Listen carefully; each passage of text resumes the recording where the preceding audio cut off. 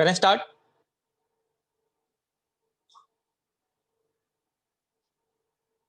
सारे आ गए ना?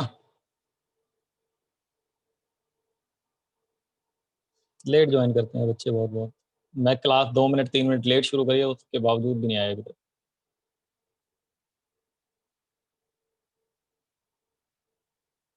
ठीक है। एग्रीगेट डिमांड का मीनिंग, एग्रीगेट डिमांड के कंपोनेंट्स वो इंपॉर्टेंट थे, और उसके बाद उसका शेड्यूल और डायग्राम बना लिया था, और मैंने होमवर्क भी दिया था। कुछ बच्चों ने, 2 बच्चों ने करके भेजा था बस खाली। ठीक है, मैंने कहा था कि शेड्यूल अपने आप बनाना है दूसरा, और उसको पॉइंट प्लॉट करके डायग्राम बना के भेजना। ठीक है, बाकी किसी बच्चे ने नहीं भेजा है। अभी पकड़ पकड़ के तो कोई पढ़ा नहीं सकता तुम्हें ना, समझ रहे हो? कंपटीशन बहुत ज्यादा है। बहुत ज्यादा कंपटीशन का मतलब है कि हजारों में ही बच्चे पास होते हैं। अभी देखो आईआईटी का रिजल्ट आया है, कुछ हजार बच्चे ही जा पाते हैं, और लाखों की संख्या में लोग हैं। तो क्या होगा एट द एंड? सर, बेरोजगारी होगी। ठीक है, फिर हर किसी की मदद तो सोशल मीडिया करता नहीं है। बाबा का ढाबा जैसे फेमस हो गया, वो भी कुछ दिन के लिए ही है, सिर्फ 2-4 दिन के लिए। उसके बाद लोग उसको पूछना बंद कर देंगे। ठीक है, तो जो कुछ है वो अपना टैलेंट होता है खुद का। अगर आपके अंदर कैपेबिलिटी है तो आप कस्टमर को खुद अट्रैक्ट करो, क्योंकि ऐसी चीजें कुछ दिन तक ही रहती हैं। आप देख लेना चाहो तो 10-12 दिन के बाद लोग उसको ना भूल जाएं तो बताना मुझे। तो पढ़ें, इसलिए पढ़ना का स्टार्ट कर दो। पढ़ोगे तो ही आगे कुछ कर पाओगे। और मैं सिर्फ ये नहीं कह रहा कि पढ़ोगे तो कुछ कर पाओगे। अगर किसी का कोई और प्रोफेशन है, जैसे कोई बॉक्सिंग करता है, बॉक्सर भी बहुत सारे पढ़ाए हैं मैंने, मुनीरका में बहुत से बच्चे हैं, तो बॉक्सिंग में आप अपना बनाओ। कोई मान लो फुटबॉल खेलता है, मेरे कई स्टूडेंट हैं जो स्टेट लेवल पे फुटबॉल खेलते हैं। एक तुषार आता था, तुषार सेक्टर 6 के स्कूल का, जानते होंगे बच्चे, वो नेशनल लेवल पे खेला हुआ है। तो ऐसा नहीं है कि आप यहीं पे बना सकते हो अपना करियर। अगर किसी का कोई और फील्ड है तो वो तो फिर वहां पे टाइम दो। क्योंकि वो बच्चा क्लास में भी लेट आता था तो मैं उसे कुछ नहीं कहता था। कभी 15 मिनट लेट आता था, कभी 20 मिनट, कभी छुट्टी कर देता था, बट मैं उसे कभी कुछ नहीं कहता था, क्योंकि मुझे पता था ये अपना टाइम सही जगह पे लगा रहा है, और वो काफी मेडल भी जीत चुका है उस फील्ड में। स्टार्ट करें आगे। एग्रीगेट सप्लाई पढ़ना है आज। एग्रीगेट सप्लाई,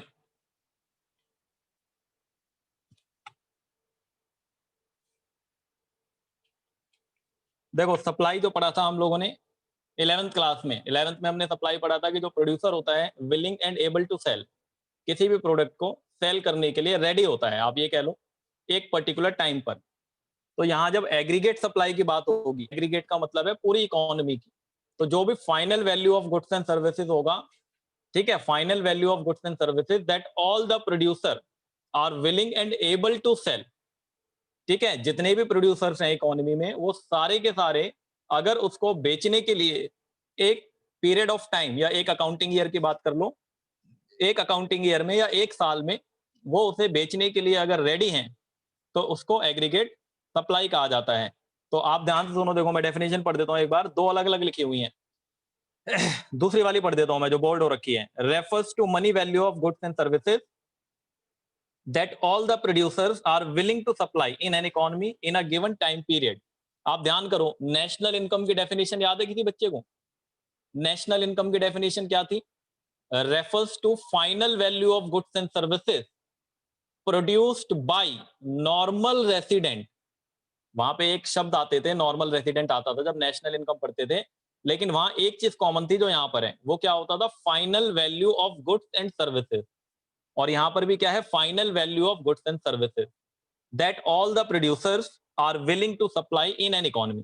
इसका मतलब क्या हुआ कि एग्रीगेट सप्लाई और नेशनल इनकम दोनों एक ही बातें हैं। इसका मतलब क्या हुआ कि एग्रीगेट सप्लाई और national income are the same thing. दोनों सेम चीजें हैं। सेम कैसे हैं? देखो मैं प्रूफ भी करके दिखा देता हूं। जो गुड्स एंड सर्विस की फाइनल वैल्यू होती है उसे क्या कहते हैं? आउटपुट। उसे क्या कहते हैं? आउटपुट। और जब भी कभी आउटपुट निकलता है, मतलब प्रोडक्शन होता है, तो प्रोडक्शन से क्या जनरेट होती है? इनकम। इनकम जनरेट होती है ना, जो रेंट, आपका लैंड, लेबर, कैपिटल और एंटरप्रेन्योर, चार होते हैं हमारे, उन चारों में बढ़ जाती है। लैंड का रेंट हो जाता है, लेबर का वेजेस, कैपिटल का इंटरेस्ट और एंटरप्रेन्योर का प्रॉफिट। तो ये in the form of income, आप देखो ना ध्यान से, जो आउटपुट है वो in the form of income किसके इक्वल हो गया? नेशनल इनकम के। इसका मतलब एग्रीगेट सप्लाई को हम तीन तरह से एक्सप्रेस कर सकते हैं। पहला तरीका तो final value of goods and service, जिसको हम नेशनल इनकम कहते हैं, मतलब जो एएस होगा वो मेरा नेशनल इनकम के इक्वल होगा, मतलब AS is equal to national income. दूसरा, हम इसके कंपोनेंट के फॉर्म में इसको डिस्क्राइब कर सकते हैं। एग्रीगेट सप्लाई के दो कंपोनेंट होते हैं, एक कंजम्पशन और एक सेविंग। इनकम में से जो आपकी नेशनल इनकम है उसमें से कुछ पार्ट आप कंज्यूम कर लोगे और कुछ पार्ट आप सेव कर लोगे, तो कंजम्पशन और सेविंग दोनों को जोड़ दो तो भी क्या बन जाएगा, एग्रीगेट सप्लाई। तो इसका मतलब आपका ये एग्रीगेट सप्लाई होता है। और तीसरा है मिनिमम इनकम। मिनिमम इनकम का मतलब जो फैक्टर्स ऑफ प्रोडक्शन है आपके, उनके हाथों में जो मिनिमम इनकम आती है वो भी एग्रीगेट सप्लाई आप कह सकते हो। तो दो बातें यहां से क्लियर हो गई कि aggregate supply is equal to national income, AS is equal to Y, या AS is equal to C plus S, या Y is equal to C plus S. एक ही बात है, तीनों का सेम मतलब है कि जो एग्रीगेट सप्लाई है वो नेशनल इनकम के बराबर होगा, और जो नेशनल इनकम है वो C plus S, consumption plus saving के इक्वल होता है, क्योंकि इनकम में से कुछ पोर्शन हम कंज्यूम कर लेते हैं और कुछ पोर्शन को हम सेव कर लेते हैं। अभी हम इसका शेड्यूल और डायग्राम बनाते हैं। मीनिंग में बस इतनी दो तीन बातें लिखी हुई हैं और कुछ नहीं लिखा खास इसमें ज्यादा। यहाँ पे देखो शेड्यूल और डायग्राम पे आते हैं। कॉपी निकाल लो सभी।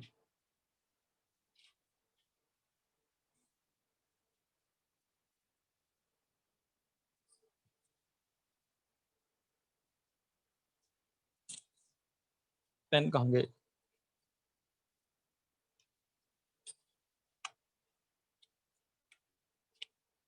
ये एग्रीगेट सप्लाई का पढ़ रहे हैं।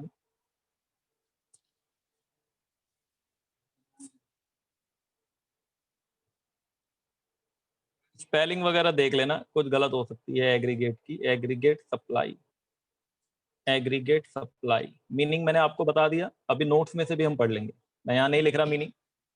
एएस कहते हैं जिसको हम, एग्रीगेट सप्लाई। ठीक है, aggregate supply AS is equal to होता है सी प्लस एस।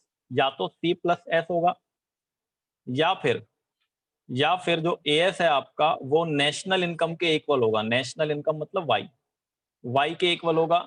और इन दोनों को अगर हम जोड़ दें तो एक इक्वेशन और बन जाएगी, y is equal to C plus S. आप या तो ये कह लो कि y equal to C plus S, या S equal to C plus S, और एस जो है वो y के बराबर है। ये तीन फॉर्मूले हमारे यूज होंगे आगे। अब आते हैं शेड्यूल पे। पीछे वाले शेड्यूल बना लेते हैं जो हमने पीछे बनाया था, सेम वैसे ही शेड्यूल बनाते हैं। तो इनकम ले लेते हैं मान लो। अब मैं शॉर्ट में लिख रहा हूँ, ठीक है। पीछे मैंने एक बार सबके मीनिंग बता दी, मतलब सबके एब्रीवेशन मैं लिखवा चुका हूँ पीछे। वाई को क्या कहते हैं, इनकम कहते हैं। सी को क्या कहते हैं, कंजम्पशन कहते हैं। ये कंजम्पशन हो गया। फिर आप सेविंग निकालोगे तो वाई में से सी माइनस कर लोगे, वाई में से सी माइनस कर लोगे तो सेविंग आ जाएगा। और फिर आपको एग्रीगेट सप्लाई निकालना है तो दो तरीके हैं, या तो आप सी प्लस एस कर लो, या फिर यहाँ ऊपर लिख दे रहा हूं मैं, या फिर जो एएस है वो वाई के इक्वल होता है, तो आप वाई की वैल्यू जो होगी वही एएस रख देना। देखो प्रूफ कर लेंगे अभी हम, इक्वल होता है बिल्कुल। पीछे हमने इनकम ली थी कुछ कल, कौन सी ली थी, 0 और 100 का गैप लिया था। तो ये मान लो 0, 100, वही वाला ले लेते हैं। 200, 300, 400, 500 और 600 तक ले लिया मान। फिर हमने कंजम्पशन लिया था, मिनिमम कंजम्पशन लिया था हमने उसमें 100, तो ये 100 लिया था हमने मिनिमम कंजम्पशन, ऑटोनोमस कंजम्पशन कहते हैं जिसे। फिर हमने 50-50 से बढ़ा दिया था, तो ये 150, ये 200, ये 250, 300, 350 और 400। 0 में से 100 माइनस करोगे तो ये -100, 100 में से 150 माइनस करोगे तो ये -50, सेविंग नेगेटिव में। 200 में से 200 माइनस करोगे तो ये 0, 300 में से 250 माइनस करोगे तो ये 50, ये 100, ये 150 और ये 200।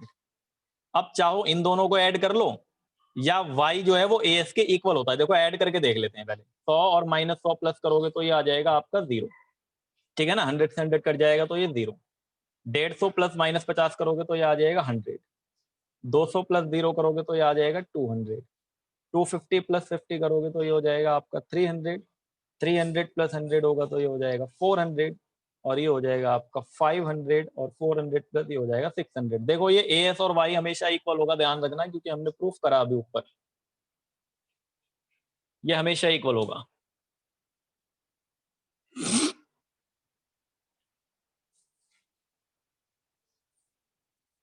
अब बताओ डायग्राम में नंबर पॉइंट प्लॉट करके बनाऊं या बिना पॉइंट प्लॉट करे बना दूं?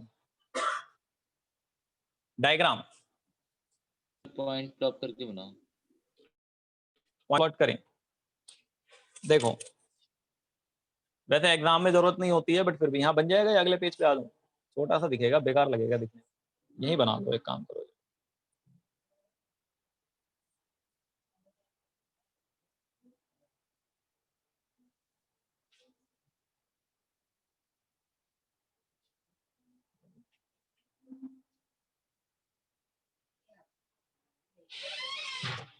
यहाँ मान लो इनकम ले लेते हैं 100, 200, 300, 400, 500 और 600।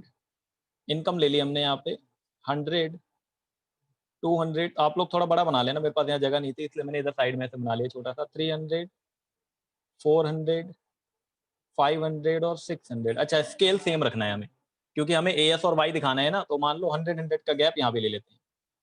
तो ये मान लो आपने यहाँ ले लिया 100, 200, 300, 400, 500 और 600। ये थोड़ा ऊपर तक चली गई लाइन, कोई बात नहीं। 100, 200, 300, 400, 500 और 600। पहले आपका 0 इनकम पे 0 AS, तो पहला पॉइंट तो हो गया ये। फिर आपका 100 इनकम पे 100 AS। अब मुझे ना पॉइंट प्लॉट करने में यहाँ पे दिक्कत होगी, मेरे पास ग्राफ पेपर भी नहीं है और वाइट शीट और है, तो देखो थोड़ा टेढ़ा मेढ़ा हो सकता है। तो मैं आपको वैसे बता देता हूँ, ये बनेगा आपका ऐसे स्ट्रेट लाइन।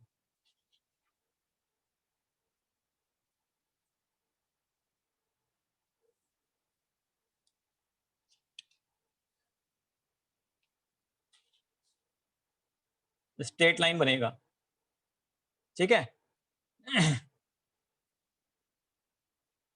अब काम की बात, ये डायग्राम तो आप लोग बना लोगे, ऐसे कोई बड़ी बात नहीं है। देखो ये 100, ये 100, तो ये पॉइंट यहाँ पे आया होगा कहीं। फिर ये 200 और ये 200, तो ये वाला पॉइंट आपका ऐसे यहाँ से ऐसे इधर, ये पॉइंट आपका यहाँ आया होगा। फिर ये 300 है और ये इधर 300 है। तो थोड़ा सा मैं कह रहा था ना हिल जाएगा, इसलिए क्योंकि हमने पॉइंट थोड़ा स्केल यहाँ पे थोड़ा ज्यादा लग रहा है और यहाँ कम लग रहा है, ठीक है। ये एग्रीगेट सप्लाई का, ये एग्रीगेट सप्लाई का है। देखो मैं दूसरा बना देता हूँ यहाँ पे सही से, तो थोड़ा खराब सा लग रहा है बिना पॉइंट प्लॉट किए। आप लोग समझ गए ना पॉइंट कैसे प्लॉट करने हैं? वो मुझे सिर्फ एक चीज समझानी थी, इसलिए मैंने पॉइंट प्लॉट किए पीछे। बिना पॉइंट प्लॉट किए एक बार दूसरा बना लेते हैं यहाँ छोटा सा।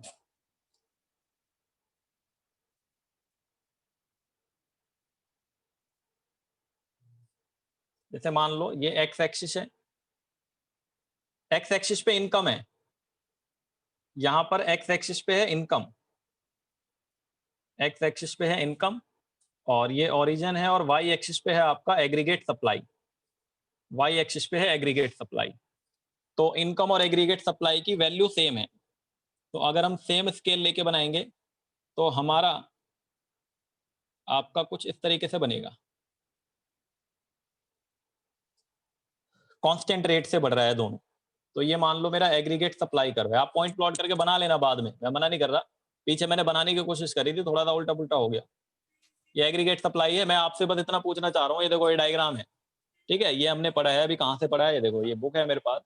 ये मीनिंग ऑफ एग्रीगेट सप्लाई, ये मीनिंग ऑफ एग्रीगेट सप्लाई, और 3 तरीके से एक्सप्रेस कर सकते हैं, ये लिखा हुआ है।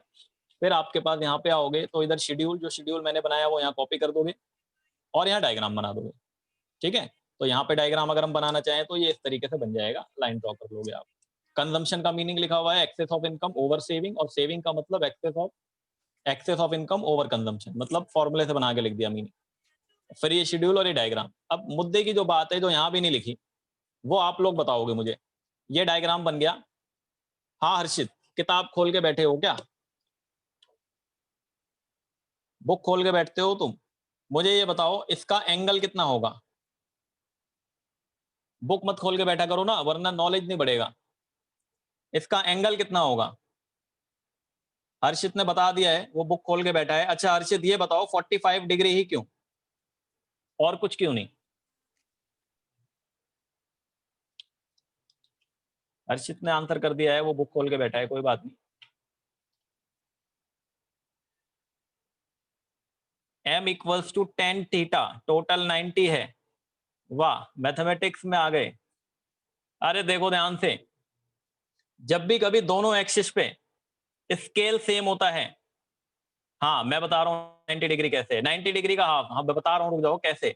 जब भी कभी दोनों एक्सिस पे स्केल सेम हो, देखो 100-100 का गैप यहाँ भी है और 100-100 का गैप यहाँ भी है, तो जब भी कभी दोनों एक्सिस पे सेम स्केल होगा और ग्राफ अपवर्ड स्लोपिंग का है, तो एंगल 45 डिग्री का आएगा। इसका मतलब ये है, अगर मैं इसके किसी भी पॉइंट से, अगर मैं इसके किसी भी पॉइंट से परपेंडिकुलर ड्रॉ करूं,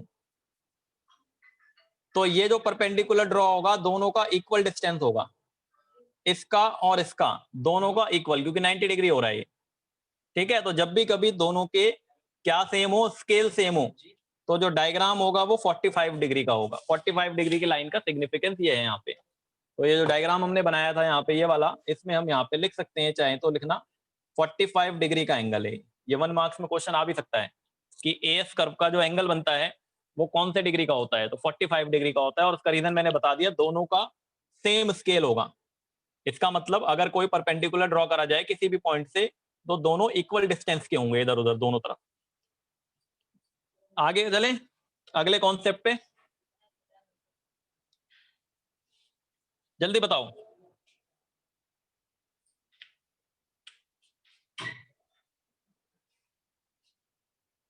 चलें आगे। हाँ, बुक से बाद में पढ़ लेना हर्षित, जब मैं क्लास खत्म कर दूंगा, इसलिए कह रहा हूं मैं, वरना आंसर नहीं कर पाएंगे ना, फिर देख के बता दोगे क्या फायदा। यहां देखो, अगला कॉन्सेप्ट है हमारा कॉन्सेप्ट नंबर 4। कॉन्सेप्ट नंबर 4 ये है आपका कंजम्पशन फंक्शन। कॉन्सेप्ट नंबर 4 ये है आपका कंजम्पशन फंक्शन।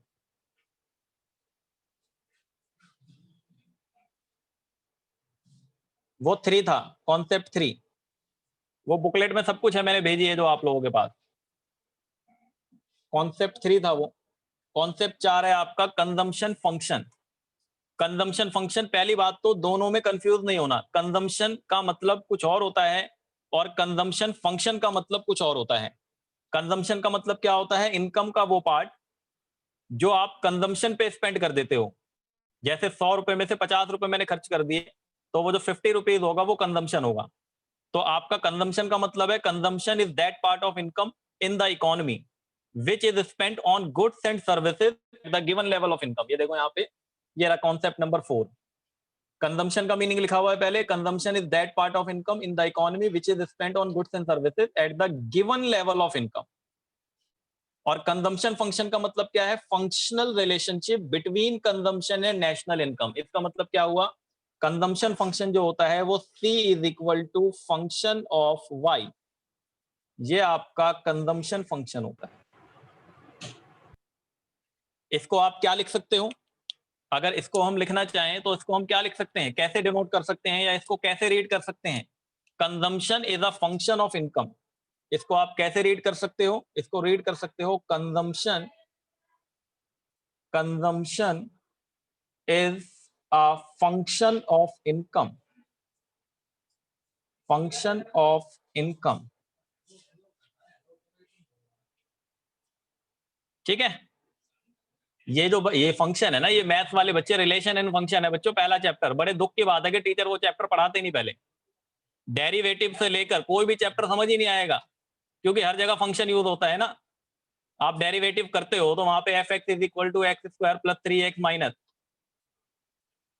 होता है ना, डेरिवेटिव मैथ्स वाले बच्चे करते हैं, वो फंक्शन ही तो होता है। लेकिन relation and function chapter skip कर देते हैं टीचर, पहले पढ़ाते हैं मैट्रिक्स, फिर डिटरमिनेंट, फिर डेरिवेटिव, फिर इंटीग्रेशन, और बाद में आते हैं रिलेशन फंक्शन पे। जबकि पहले रिलेशन फंक्शन पढ़ना चाहिए। जब हमें पता ही नहीं होगा फंक्शन क्या होता है, तो रट्टे लगा के क्या फायदा फिर। ठीक है, अगर पता है किसी को फंक्शन का मतलब यहाँ पे ये है। अच्छा, ये तो कंजम्पशन फंक्शन हुआ, इसमें एक चीज और ऐड होती है, वो मैं यहाँ लिख दे रहा हूँ अभी फिलहाल, बट आपको समझ नहीं आएगी अभी, बस मैं लिख दे रहा हूँ, वो मैं बाद में समझाऊंगा अगले कॉन्सेप्ट पे। आप लिख लो खाली, equation, equation of equation of consumption function, ये इक्वेशन समझने के लिए ना हमें थोड़ा सा आगे वाला कॉन्सेप्ट भी समझना पड़ता है पहले, बट मैंने यहां डाल दिया है। ठीक है, इक्वेशन ऑफ कंजम्पशन फंक्शन, एक कंजम्पशन फंक्शन की इक्वेशन होती है, एक कंजम्पशन फंक्शन की इक्वेशन होती है। उससे पहले दो चीजें समझ लो आसानी भाषा में। यहां देखो, आगे जाके हम पढ़ेंगे अगला, जो हमारे कॉन्सेप्ट कौन से चार है ना, कॉन्सेप्ट 5 में हम पढ़ेंगे, वो अगली क्लास में कराऊंगा मैं, अभी मैं समझा देता हूं। एक आपका एवरेज प्रोपेंसिटी टू कंज्यूम होगा, ये होता है C अपॉन वाई, और एक हम पढ़ेंगे वहां पे मार्जिनल प्रोपेंसिटी टू कंज्यूम, ये होता है delta C upon delta Y. मतलब इनकम में चेंज होने पर कंजम्पशन में कितना चेंज होगा, इनकम में चेंज होने पर कंजम्पशन में कितना चेंज होगा, उसको एमपीसी कहते हैं। ये एपीसी और एमपीसी हम कब पढ़ेंगे सर, अगले कॉन्सेप्ट में पढ़ेंगे डिटेल में जाके। अभी बस आप यहाँ फॉर्मूला समझ लो, क्योंकि मुझे इक्वेशन समझानी है। तो एपीसी होता है गिवन लेवल ऑफ इनकम पे कंजम्पशन, उसे एपीसी कहते हैं। और एमपीसी का मतलब होता है मार्जिनल, और मार्जिनल का मतलब क्या होता है, एडिशनल। एडिशनल का मतलब इनकम में चेंज होने पे कंजम्पशन में कितना चेंज आ रहा है। मुझे जरा कोई बच्चा ये वाली टेबल जो मैंने बनाई थी, इसमें बताना एमपीसी कितना होना चाहिए। फुल फॉर्म क्या sir? Marginal propensity to consume, बाद में पढ़ाऊंगा मैं। यहां देखो, कंजम्पशन कितने से चेंज हुआ, कंजम्पशन 50 से, और इनकम कितने से चेंज हुई, 100 से। तो 50 डिवाइडेड बाई 100 कितना परसेंट आया, 50%, मतलब 0.5। फिर यहां देखो, इनकम कितने से चेंज हुई, कंजम्पशन कितने से चेंज हुआ, 50 से, इनकम कितने से चेंज हुई, 100 से, तो फिर 50 बाई 100 0.5। फिर देखो कंजम्पशन कितने से चेंज हुआ, 50 से, इनकम कितने से चेंज हुई, 100 से, तो 50 अपॉन 100 फिर कितना आया, 0.5। इसका मतलब ये लीनियर कंजम्पशन है। लीनियर का मतलब जो चेंज होने का रेट है कंजम्पशन का और इनकम का, वो कॉमन है हर बार। तो मेरा एमपीसी कितना हो गया इस केस में, 0.5। मेरा एमपीसी कितना हो गया, 0.5। अब देखो यहां पे जो कंजम्पशन फंक्शन की इक्वेशन होती है, वो होती है C is equal to C bar plus, आपकी किताब में जैसे लिखा है मैं पहले वैसे लिख देता हूं, बी वाई। ठीक है, एपीसी एमपीसी बाद में पढ़ाऊंगा, बोलता रहूं, अभी नहीं, अभी अगले टॉपिक में है। बस मुझे ये समझाना था आपको, यहाँ पे ये कंजम्पशन फंक्शन की इक्वेशन है, ये कंजम्पशन फंक्शन की इक्वेशन है। सी का मतलब है आपका कंजम्पशन, और सी बार का मतलब है, यहाँ पे ऐसे एरो बना के लिख लेना, सी बार का मतलब है autonomous consumption, autonomous, autonomous consumption. C bar का मतलब है ऑटोनोमस कंजम्पशन। ऑटोनोमस कंजम्पशन को क्या कहते थे हम, C at y is equal to 0, sorry, income 0 होने पे जो सी होता है उसको ऑटोनोमस कंजम्पशन कहते हैं। इसमें बी का क्या मतलब है, बी का मतलब है यहाँ पे एमपीसी, बी का मतलब है एमपीसी, और एमपीसी का फॉर्मूला क्या होता है सर, एमपीसी का फॉर्मूला होता है delta C upon delta Y. B का मतलब क्या है यहाँ पे, एमपीसी, और एमपीसी का फॉर्मूला क्या होता है, delta C upon delta Y.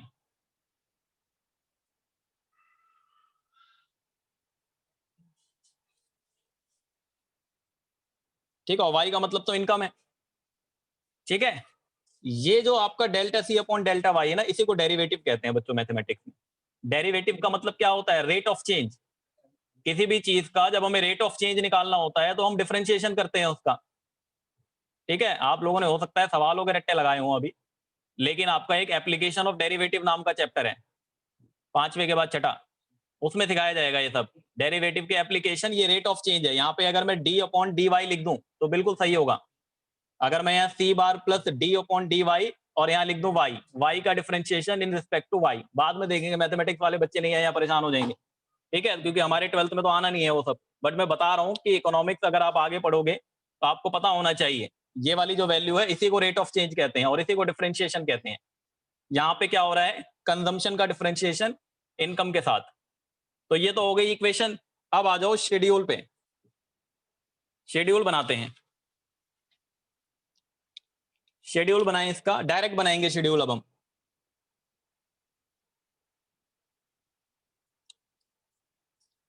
Schedule में मान लो हमने यहाँ पे इनकम ले ली, ये हमारा इनकम है फॉर एग्जांपल जो हमने पीछे लिया था वही ले लेते हैं, 0, 100, 200, 300, 400, 500 तक ले लें, जगह नहीं है मेरे पास आगे नीचे। 500 कंजम्पशन, 0 पे हमने मिनिमम कंजम्पशन लिया था 100, तो मुझे बताओ यहाँ पे 100 क्या है, ऑटोनोमस कंजम्पशन। अगर मैं आपको एमपीसी की वैल्यू बता दूं कि 50% है, तो क्या कंजम्पशन की वैल्यू निकाल लोगे? हाँ सर निकाल देंगे, यहाँ रख देंगे हम। ये हो जाएगा 100, ये हो जाएगा 0.5 और ये हो जाएगा 100। तो 100 इंटू 0.5, 50 प्लस 100, ये कितना हो जाएगा? 150। हाँ न्यूमेरिकल करेंगे बाद में, अभी मैं सिर्फ समझा रहा हूँ यहाँ पे एक एक क्वेश्चन के साथ, न्यूमेरिकल सारे करेंगे बाद में। तो फिर से ठीक है, रिपीट करना।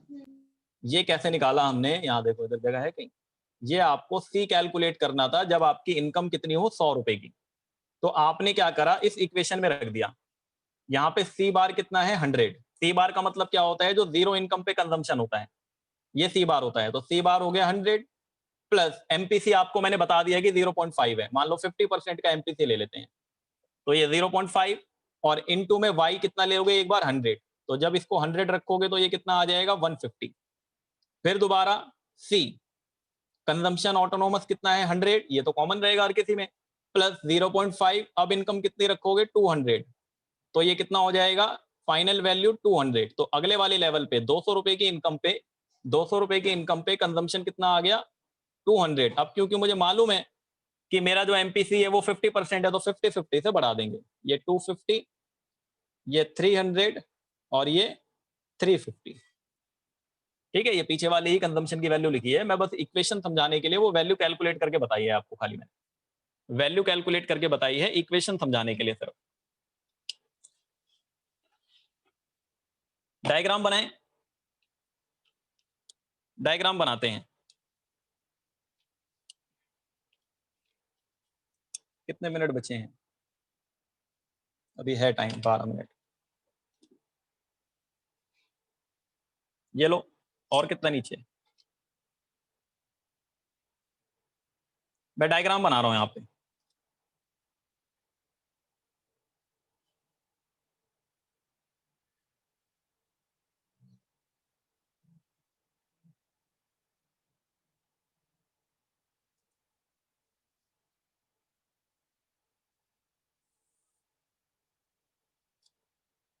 वैसे तो मुझे यहाँ कंजम्पशन कर्व बनाना है, लेकिन मैं आपके रेफरेंस के लिए सिर्फ, ताकि आपको समझ आ जाए आसानी से, मैं यहाँ इनकम कर्व भी बना दे रहा हूँ, एएस भी बना दे रहा हूँ मैं यहाँ पे आपका, वाई मैं बना रहा हूँ, क्यों बना रहा हूँ अभी मैं बता दूंगा।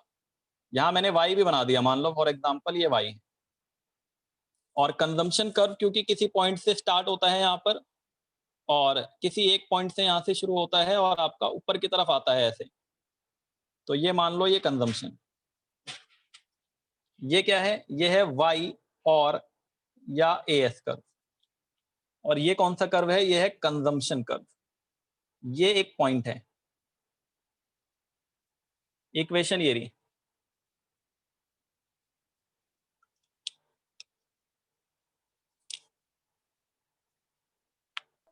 तो 100 प्लस 0.5 होगा ना? हाँ, इस केस में 100 प्लस 0.5 वाई हो जाएगा।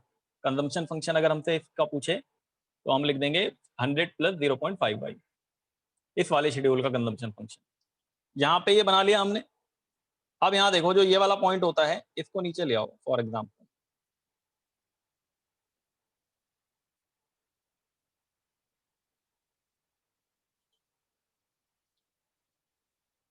शेड कर दूं या ऐसे ही दिखा दूं बिना शेड किए।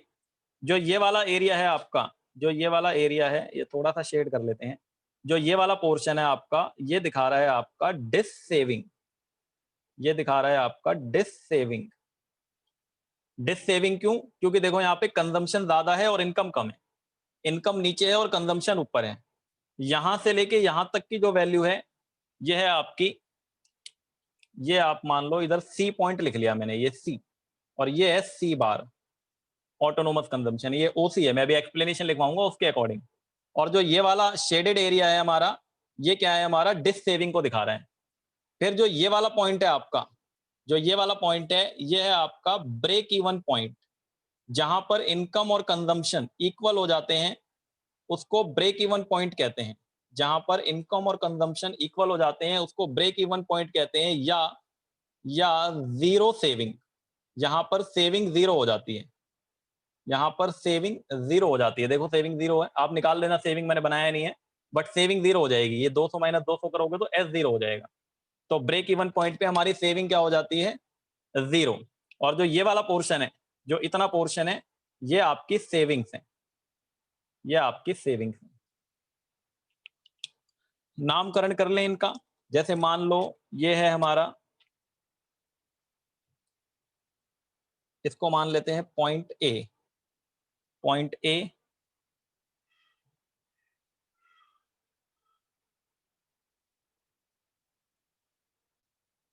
यहां पे अगर y है मान लो, और यहां पे कहीं y2 ले लेते हैं, इसके पीछे, इसके पीछे कहीं पर y2 ले लेते हैं, या और इसके आगे कहीं पर ले लेते हैं y3। मैं ये सिर्फ लिखवाने के लिए कर रहा हूं, खाली बस एक्सप्लेनेशन लिखवाने के लिए।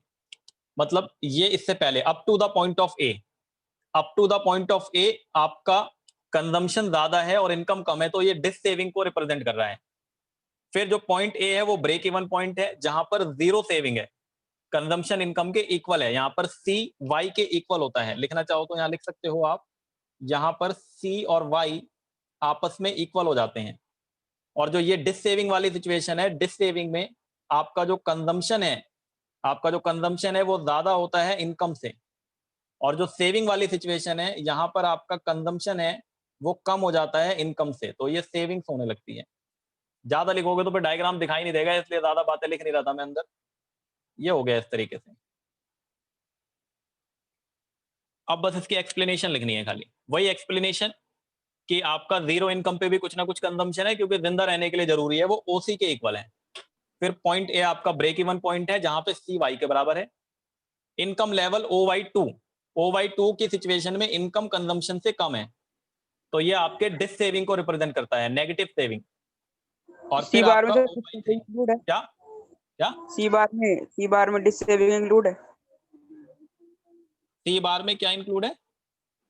Dish saving. हाँ तो डिस सेविंग तो यहाँ पर है ना, 0 माइनस 100 माइनस 100, सेविंग माइनस में है। फिर 100 माइनस 150 माइनस 50, यहाँ भी सेविंग माइनस में है। तो ये जो माइनस में सेविंग है उसको डिस सेविंग कहते हैं। जो सेविंग नेगेटिव में होती है उस सेविंग को डिस सेविंग कहा जाता है। 6 मिनट बचे हैं, मैं यहाँ पे लिखा हुआ है मैंने पहले से ही, मैं दिखा रहा हूँ, इसको कॉपी कर लेना, नहीं तो स्क्रीनशॉट ले लेना, क्योंकि मैं लिखूंगा तो फिर टाइम लग जाएगा आप, और मैं इतनी क्लास ले पाऊंगा अभी आज। डिस सेविंग के ऊपर लिखा है सी मोर देन वाई, कंजम्पशन ज्यादा है इनकम से, सी मोर देन वाई। सर में दर्द है थोड़ा इस वजह से, वरना मैं पढ़ा देता आगे भी। सी वाई से ज्यादा है। 0.5 कैसे आई? अरे वो मैंने अपने आप बता दिया था आपको। अगर आप इस टेबल के अकॉर्डिंग देखो, तो टेबल के अकॉर्डिंग आप ये देख लो कंजम्पशन कितने से चेंज हो रहा है, 50 से, और इनकम 100 से, तो 50/100 कर लो। Change in consumption divided by change in income. Autonomous consumption के नीचे कुछ नहीं लिखा, कहां पे? ये लिखा है C at Y equal to zero, C at Y equal to zero. Autonomous consumption का मतलब होता है वो वाला कंजम्पशन जो इनकम जीरो होने पे होता है, जो इनकम जीरो होने पे कंजम्पशन होता है उसको ऑटोनोमस कंजम्पशन कहते हैं।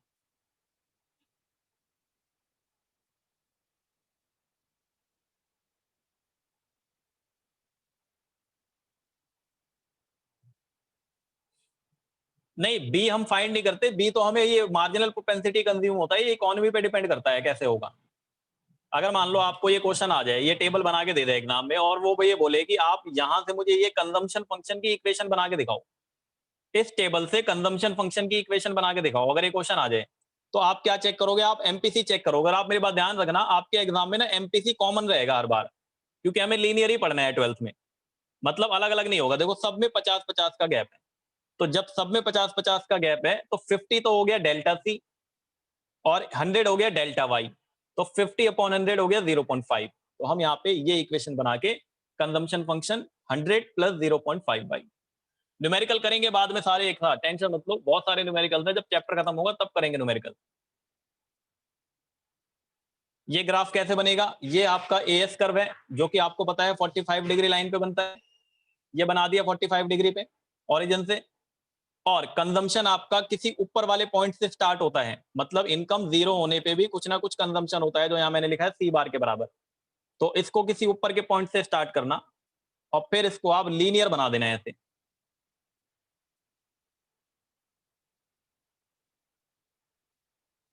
ठीक है, लीनियर बन जाएगा। तो जो इंटरसेक्टिंग पॉइंट होगा वो ब्रेक इवन पॉइंट होगा। जो इंटरसेक्टिंग पॉइंट होगा वो ब्रेक इवन पॉइंट होगा, जहां पर कंजम्पशन इनकम के इक्वल है। और इससे पहले यहां देखो ना, ये वाई कर्व है और ये सी कर्व है ऊपर। सी ज्यादा है वाई से, तो जब कंजम्पशन इनकम से ज्यादा होगा तो डिस सेविंग को रिप्रेजेंट करेगा। वाई एक्सिस पे कुछ नहीं लिखा है, सी बार लिखा हुआ है यहाँ पे। ये सी बार है, इतनी वैल्यू यहां से लेके यहां तक की वैल्यू जो है ये सी बार है। ऑटोनोमस कंजम्पशन है ये सी बार ऑटोनोमस कंजम्पशन, यहां से यहां तक की वैल्यू।